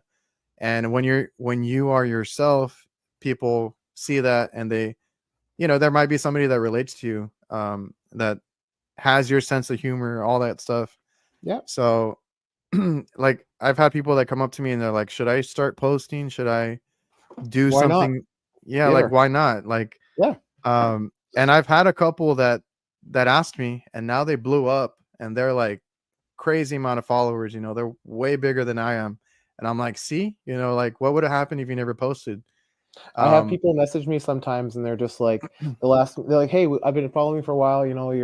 I really like your stuff. It's quite technical. Can I ask you like some technical questions?" And I'm like, are you looking at the right account right now? Like, I am technical. I appreciate you recognizing that, but like, I don't know where you're getting that from. Like, it's who like you been it's like talking to? maybe you post like 5 memes and then like one tech tip or something, and then boom, Those they're never, gonna, those never hit, Adrian. It's all about the memes, right? which is crazy, right? Because I did that too. Like, I was trying to do more technical stuff, like I said Yeah. at the beginning, and then like one day I was like, let me try a meme. Blew up. Try to go back to technical. Yeah. No views. There's no So I was like, rationale behind it. Yeah. yeah, I was like, all right, I'll just keep up with the sense, the my sense of humor, and continue with the memes, and it is what it is. People, when they get on social media, they want to either learn something or just laugh, right? So Yeah. those are the things that you fall into. Big time. And a lot of people, like you brought up stress. A lot of people blame work or the trades for the stress that lingers with them at home, households, in their households or relationships. How have you kind of balanced that? Like, how, like, do you try to separate it as much as you can? I know you have, like you said, kids. I try to do the same thing with mine. Like, I hate to bring work home. Well, lately, and when I say lately, I mean I started in July. My wife got used to go to spin classes a lot, and then COVID happened, and then spin classes shut down. And then she's like, "We need to buy an indoor spin bike." And so I rode it a bunch back then, and Okay. kind of like got off of it for a while. But like since July, I've been pretty hard on my spin bike, and like I Is don't know, that like the Peloton or yeah, I something? have a Peloton. Yeah, I hate every single minute being on it. Like it's not fun. It's not comfortable sitting on that little seat, being a We big we dude. have It's we not have enjoyable. one. We have one, and I've been debating to use it or not, but I'm like, oh, I don't know. Oh yeah. And then like honestly, once you're done though, like pumped. I got up at 4 o'clock this morning to ride my bike because I knew in the afternoon you and I were going to be chatting away here. So like it's I haven't lost any weight to be honest, maybe a few pounds or whatever, but like I've leaned out a bunch. I feel better. I don't get short-winded going upstairs and ladders, going across roofs. Like it's hot out, you're wearing work safety gear and you're just like out of breath. It's not enjoyable. And I was kind of like, well, I got kids. I kind of want to be able to like be the cool dad who's in his 50s and still able to like play with his kids, right? Yeah. So I'm kind of starting to like take better care of myself in that regard. And it's honestly helped me a lot with my stress level riding my bike. And I played rugby competitively when I was younger. And that competitive nature I really, really enjoyed. And so riding my bike, my spin bike is like super fun too, because I'll just like race myself in races I've done before. And I've been doing some programs. So you're kind of, there's a um, reason to how I'm training and the rides I'm taking. Okay. And then you're kind of doing fit tests every 5 weeks or whatever to see where you're at. And lately it keeps on going up and up and up. So you're just keep on beating your old times and your old outputs. It's really, I don't know, I really like it actually. Don't tell anybody.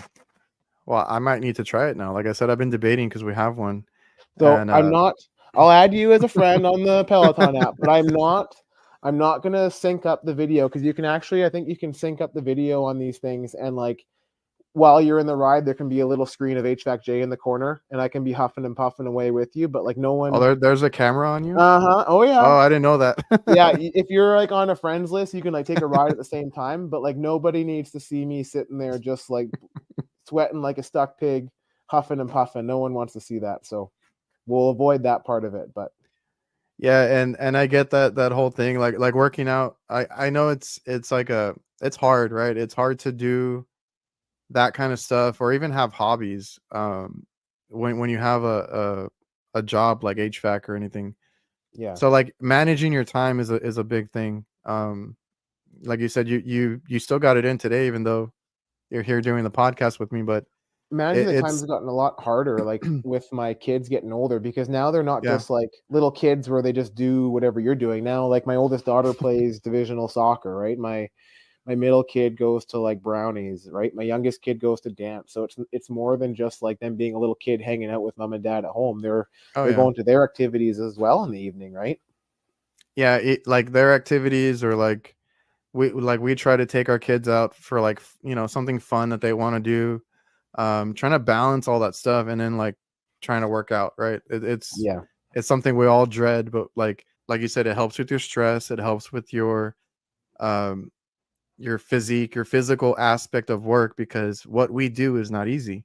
No. We get like I get on roofs a lot and I don't want to be short-winded like you said on a rooftop. Yeah. um a lot of people do residential, they're in attics. Obviously you have to keep hydrated and all that other stuff, but like your body, like you depend on your body a lot.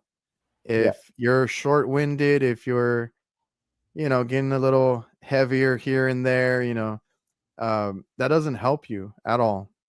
No. So There's a working out is a good thing, and I used to play basketball. I get that whole competitive part, and I do kind of miss yeah. that. So I'm trying to get back into it as well, like trying to work out and do different things. I think that's why I've been so successful in my career too, is like I'm competitive with myself to like not want to embarrass It myself and make does a mistake. And you're it trying to does like help, yeah. spend your own time to like read some manuals in the evening or in the mornings or whatever it is, right? It makes a big difference over the course of a career. It might be hard at first and you not might feel like you're spinning your tires, but when you Yeah. look back after you've been doing it for a decade plus, it just creates those habits, right? To better yourself. And I don't know, I think you'll get a lot more enjoyment out of it by doing that, eh? Yeah, and I was actually gonna do like a little post about that, or like working into a podcast or something about um where that competitiveness helps me Big now, time. because I used to be like into sports and different things, and I was trying to be the best I could be at that, right? And then you're competing with other people, and all that that comes with sports. When you get into the trades, and now that I think back on it, I was very stubborn when I started too, right? I was Yep. trying to make sure that none of the equipment that I had to work on ever like beat me. I wanted to beat it, right? I wanted to fix it. I wanted to be able to figure it out. And sometimes it hurt me when I didn't want to call for help or whatever it was. That was a whole pride thing, but like the competitiveness helped me to get better every day. Mhm. And if you're genuinely trying to get better, and your off time, put in the work, you're going to be a hell of a technician. I agree 100%. It makes a bit I don't know, it makes a difference, I think. Yeah, it's a great We it's great to hired be a we competitive. hired a guy who played in the Western Hockey League, and then he played professionally in Europe, and then he played in the ECHL.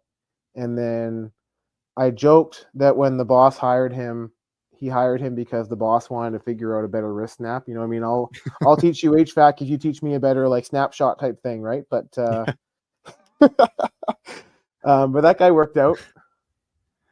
He's doing good, I bet. Yeah, he's still here. He basically, I don't know, he started his apprenticeship a little bit just before us, but he's been here ever since. He's a journeyman now. Like I had the honor and privilege of like signing him off as an apprentice to a journey person, right? Like I've had the Oh, that's awesome. oh, it's honestly it's the coolest thing ever. You're sitting there with all this like proper paperwork with full names Yeah. and stuff like that, and then you write down your name and your trade qualification numbers, and then boom, boom. Like, I mean, I didn't do any of the work. I'm just sitting there signing that, like, I think they're qualified, but like, I take a lot of pride in that, and like, it's honestly a really cool experience to sign off on someone. I think one of the Yeah. greatest privileges I've had, to be honest.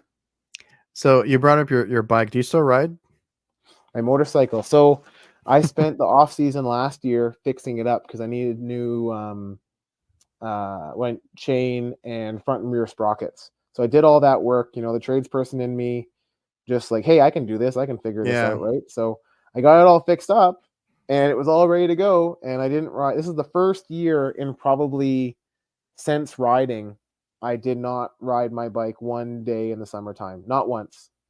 I Wow. just didn't have the time with the kids' activities and like the family trips Yeah. and stuff like that, and working late. And I mean, I could have put insurance on it, and I could have gone out in the evening from time to time. But like, honestly, as I've gotten older and my kids have gotten older, I kind of, when they were younger, you just kind of put them to bed and you hang out with your wife for a bit, or maybe Yeah. you go for a ride and get a coffee and a treat Yeah. at the bakery across town or whatever, right?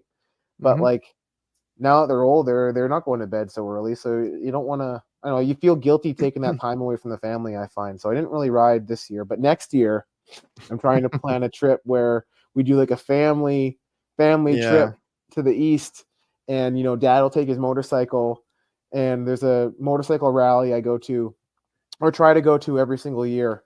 And so people from Washington, Idaho, Montana, Oregon, um, Alberta and Saskatchewan all come to BC for this motorcycle rally. So I'm trying to like convince my wife that like, hey, we should do like a family trip.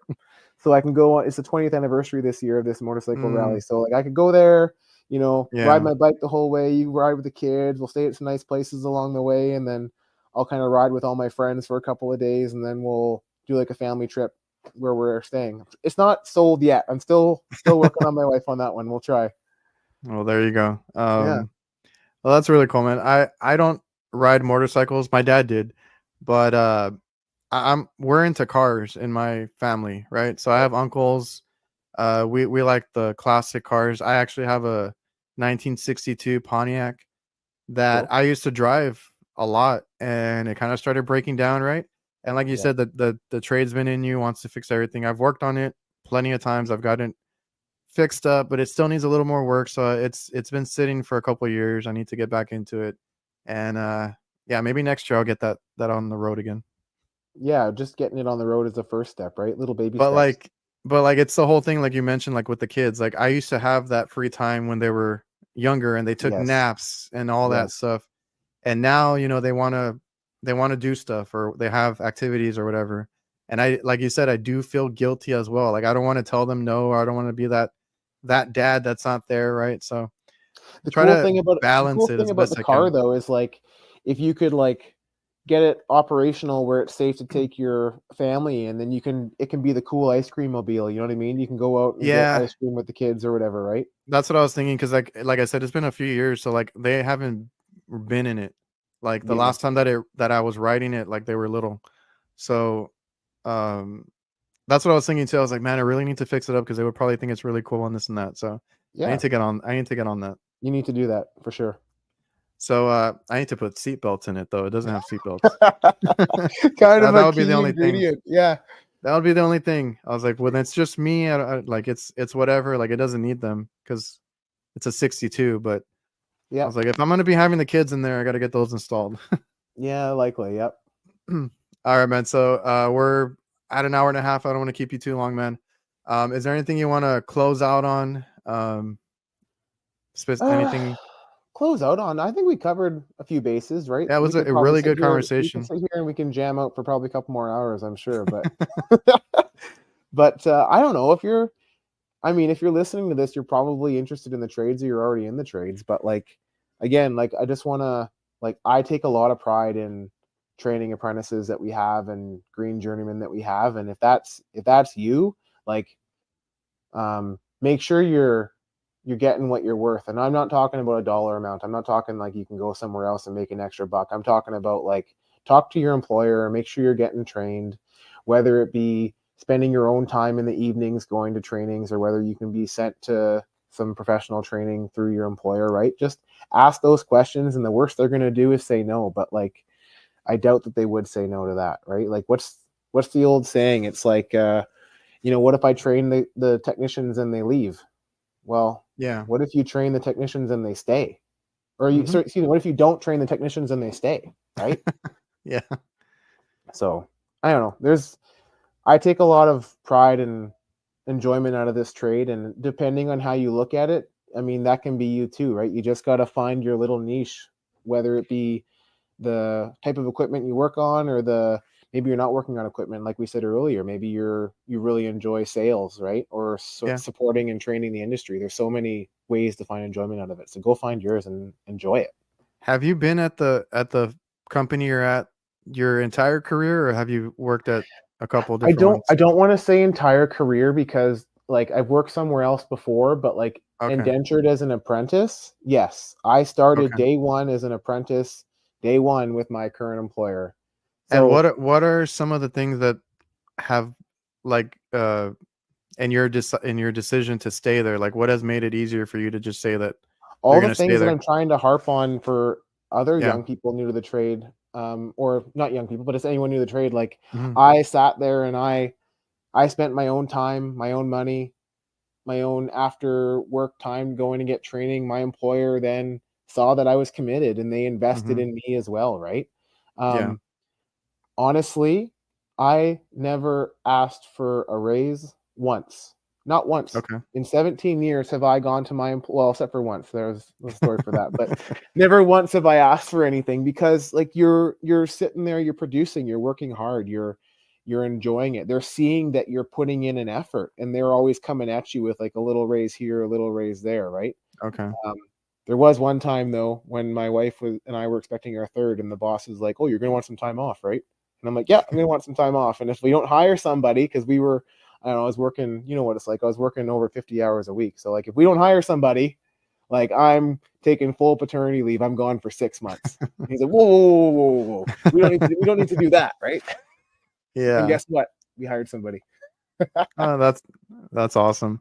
Yeah. And I'm assuming like the work environment is also great. You know, Oh, there's different things that keep technicians, you know, at a company for that long. It's like it's you so said that cool. they take care of you, and then the Yeah. work environment. It's gotten way more exciting in the last few years as we've grown the team. Like the team that I work with is like freaking awesome. Plus, Hmm. the owners are excellent. Like we go on fishing trips, right?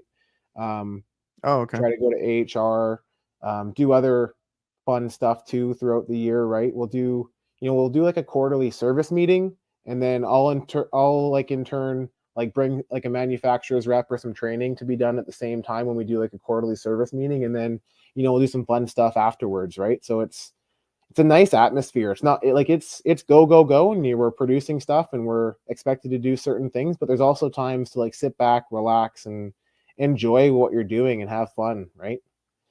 Yeah, and I think I heard you say on other podcasts is like they give you the time off that you need um, Yeah. for like your kids, right? I mean, that's important too.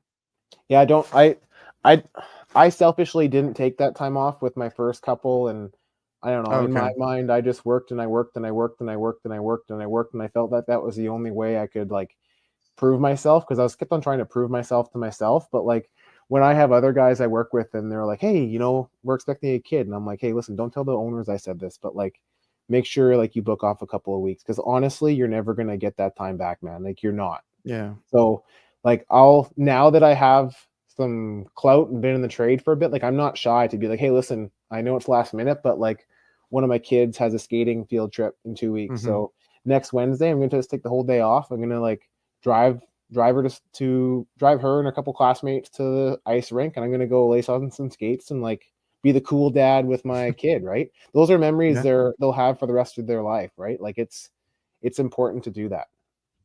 Yeah, they're gonna remember if you were there or not there, you know, Yeah. growing up. So that's important. And you know, I preach that too with my stuff. Even like running a business, I try to make sure I take the time off or figure out a way to be there for the kids. So that's important. And like you said, you know, they take care of you. They the work environment's important. So it's really cool that you've been there for that long and Yeah. are enjoying it and thriving. Yeah, man. Well, I appreciate you for coming on the show, man. It was a really fun conversation, great time, and thank you. Hey, thanks a lot, Adrian. Anytime, man. All right, so everybody watching and viewing, I will see you guys.